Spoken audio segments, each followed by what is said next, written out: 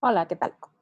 En farmacocinética tenemos lo que conocemos como el sistema LADME, que actualmente reconoce como sistema LADME, y ahorita les voy a explicar por qué, para describir los procesos que sufre el fármaco dentro del organismo previo a ejercer su efecto terapéutico y posterior a este. ¿Qué le pasa en el cuerpo? ¿Qué es lo que hace? ¿Cómo llega al lugar y al sitio de acción? Y una vez que tiene el efecto, ¿a dónde se va? ¿Cómo lo sacamos del organismo?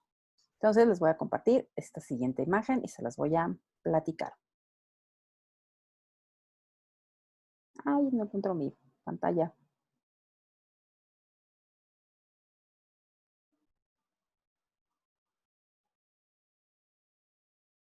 Ya, es que estaba por otro lado mi pantalla. Perdón. Pero aquí está. Voy para acá a la esquina y aquí les hablaré. Le puse directamente el nombre del sistema LADME. Ya se lo puse corregido y aumentado. ¿Por qué? Antes se conocía como sistema LADME, les repito, en lugar de la letra B era una M. Y esto era en relación a que se establecía que era el sistema de liberación, absorción, distribución, metabolismo y excreción del fármaco. ¿Por qué se quitó o por qué se radicó esta palabra? Porque, pues, de hecho, no se metaboliza, ¿no? Se biotransforma. El metabolismo, como ustedes saben, habla de una producción energética, de catabolismo en producción o almacenamiento energético, ¿no? Energético, catabolismo o anabolismo. Y nada tienen que ver los fármacos ahí. Pero el proceso de biotransformación, que también se lleva a cabo en el hígado, ya habla precisamente de otros sistemas hepáticos que van a modificar estructuralmente al fármaco. Bueno, vamos a empezar a describirlo. Hago la aclaración que en la parte rosa o en los rectángulos rojas se está haciendo referencia a la parte farmacodinámica. Y en la parte morada y azul y verde hace referencia a la parte farmacocinética. En otra sesión vamos a hacer aclaración, o en misma sesión en clases, vamos a hacer aclaración de por qué farmacodinamia y por qué farmacocinética. Vamos a empezar por la imagen. Tenemos que administrar un fármaco, se tiene que dar una dosis adecuada, no podemos estar jugando, ya no podemos estar jugando con el paciente, y ya hay una presentación de fármaco, hay una forma farmacéutica lista para ingresar en el organismo de nuestro paciente. Si esta presentación es por vía oral, recuerden que tenemos el proceso de liberación-absorción. ¿De qué va a depender que tengamos nosotros la liberación? Va a ser dependiendo de si el fármaco se está administrando en una tableta o en una cápsula. Y si estamos administrando un jarabe, no saltamos este proceso de liberación y queda nada más el proceso de absorción. Ahora, esta parte no la vamos a saltar solo si administramos el fármaco de manera intravenosa. Sabemos y tenemos que recordar que una vez que nosotros administremos de manera intravenosa, evitamos todo proceso de absorción porque depositamos el fármaco directamente en el compartimento central, lo ponemos aquí. ¿Qué es el compartimento central? Pues prácticamente para nosotros es la sangre, y necesitamos que el fármaco esté ahí. Es la forma más fácil de distribuir al fármaco. Entonces ya llevamos la liberación, la absorción y la distribución. Una vez que está distribuido, este proceso farmacocinético y farmacodinámico, hago aclaración aquí, se llevan a cabo simultáneamente, podremos decirlo. El,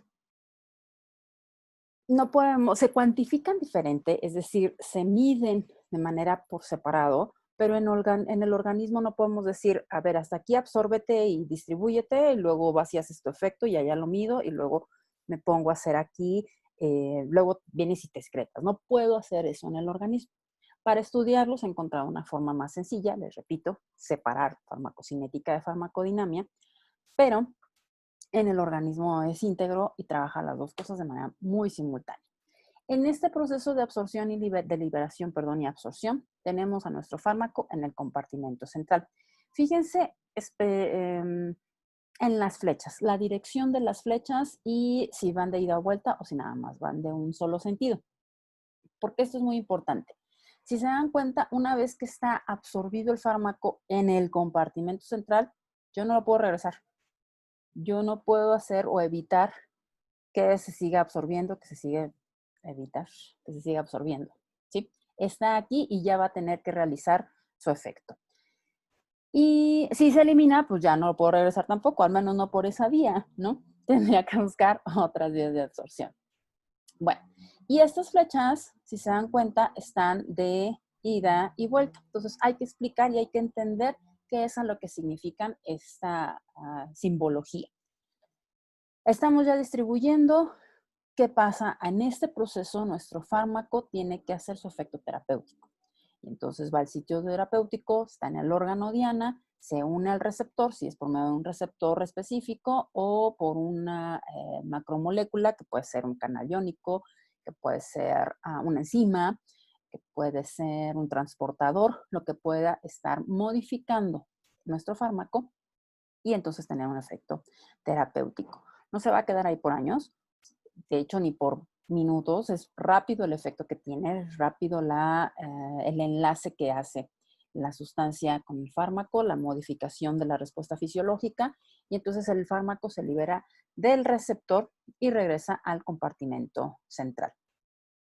Lo lastimoso, por así decirlo, o lo no perfecto de nuestro fármaco es que no todo va a estar siempre en el efecto terapéutico.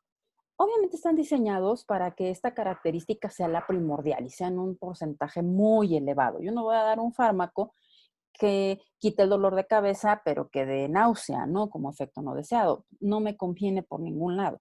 Yo no voy a dar un fármaco que me quite el dolor, pero me cause cáncer, ¿sí? Entonces, los estudios que se les hacen a los fármacos para la viabilidad con respecto a la función orgánica o fisiológica que se va a modificar, pues se ha estudiado durante mucho tiempo y ya se sacan a los mejores prospectos, a los que tienen mayor efecto terapéutico que se unan a unos reservorios o que tengan un efecto no deseado. En ambos, bueno, en los tres casos más bien, la flecha es de ida y vuelta. Salvo el reservorio, por ejemplo, si es grasa, se va a quedar mucho tiempo en la grasa.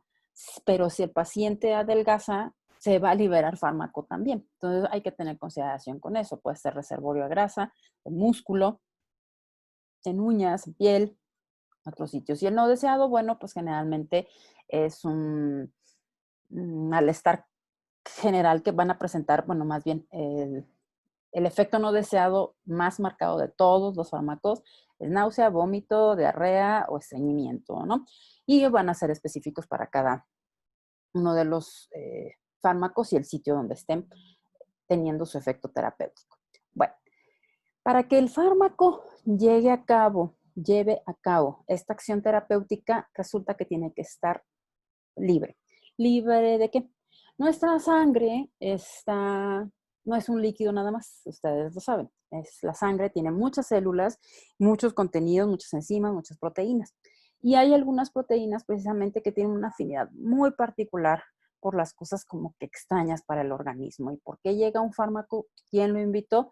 Y la proteína se une a él, ¿no? Bueno, para no escuchar eso secuestra, pero generalmente el término que usamos farmacológicamente es está secuestrado por las proteínas plasmáticas. Y entonces, si está unido a una proteína, el fármaco no va a poder salir de la barrera del vaso sanguíneo y llegar a la célula donde tiene que hacer el efecto terapéutico.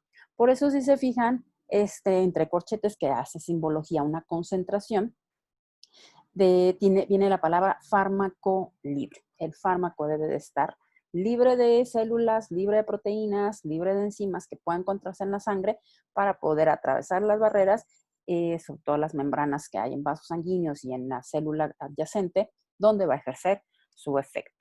Una vez que este fármaco libre ya hace su efecto, pues se une al receptor, vuelve a ser libre y regresa al compartimento central. ¿Cuántos caminos tiene el fármaco libre en el compartimento central? Si la concentración es muy grande, puede volver a llegar al sitio de acción. O puede irse a un sitio de acción donde no es deseado el efecto que va a ejercer, o se puede ir a reservorios hísticos. Pero les repito, estas concentraciones, estos movimientos, perdón, del fármaco van a ser de ida y vuelta. El fármaco no se puede quedar en el organismo, no es sano para nosotros que exista un fármaco por mucho tiempo en el organismo. Para ciertos casos, sobre todo para enfermedades crónicas, para patologías crónicas, la concentración que necesita mantenerse debe ser constante, pero no tenemos que tener más y no tenemos que tener menos. El organismo regula precisamente la salida de este fármaco. Si las características del fármaco son ser hidrosoluble primero, hidrosoluble, rápidamente identifica a los riñones como su vía de salida del organismo. ¿Por qué? Porque la orina está formada por agua, es hidrosoluble el fármaco, se disuelve y sale, es eliminado, excretado y eliminado del organismo. Pero, por desgracia, no todos los fármacos tienen la misma característica. Algunos son liposolubles. ¿Y qué le pasa a los fármacos liposolubles? Pues por más que se encuentran con el agua de la sangre y vayan al agua de los riñones y quieran eliminarse, pues nomás no van a poder, no tienen la capacidad de disolverse en el agua. Pueden irse por la vía biliar y entonces eliminarse. Pero, y si no es nada más eso, si es una cantidad más grande, ¿qué le va a pasar? Es ahí donde entra el proceso o entra más bien en acción el hígado. Tiene la característica de tener unas enzimas microsomales que van a generar una modificación estructural. Y si una sustancia es liposoluble, al entrar en este proceso de biotransformación hepática, le va a quitar esa característica de liposolubilidad, generando metabolitos primarios y secundarios más hidrosolubles, lo que generaría que nosotros estaríamos eliminando el fármaco. Estos metabolitos tienen una característica, pueden excretarse. ¿De qué se refiere la excreción? Farmacológicamente hablando, incluso farmacocinéticamente hablando, la excreción hace referencia a que la sustancia ya no tiene efecto terapéutico. Si se dan cuenta, en esta imagen, una vez que se biotransforma, porque es así como que la imagen del fármaco ideal, una vez que se biotransforma, se generan metabolitos y este metabolito ya no tiene efectos terapéuticos y entonces se tiene que excretar. Y eso más bien, perdón, es el proceso de excreción. Una vez que el fármaco ya no tiene efecto terapéutico debido a la biotransformación hepática. Y después se elimina, ¿sí? Ya sea por vía renal o por vía, o por heces o por otras vías que nosotros vamos a encontrar y vamos a explicar más adelante. ¿Por qué les digo que el fármaco ideal?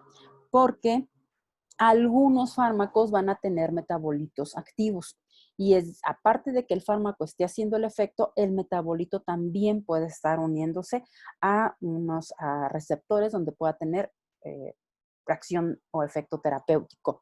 E incluso muchos metabolitos pueden tener también la capacidad de generar efectos no deseados. Por ejemplo, paracetamol tiene un metabolito que si sus pacientes no se lo toman a las concentraciones y horarios adecuados y toman de más, hay un metabolito muy dañino precisamente y genera hepatotoxicidad y es mortal. Entonces, esta imagen refleja precisamente lo que sería un fármaco ideal.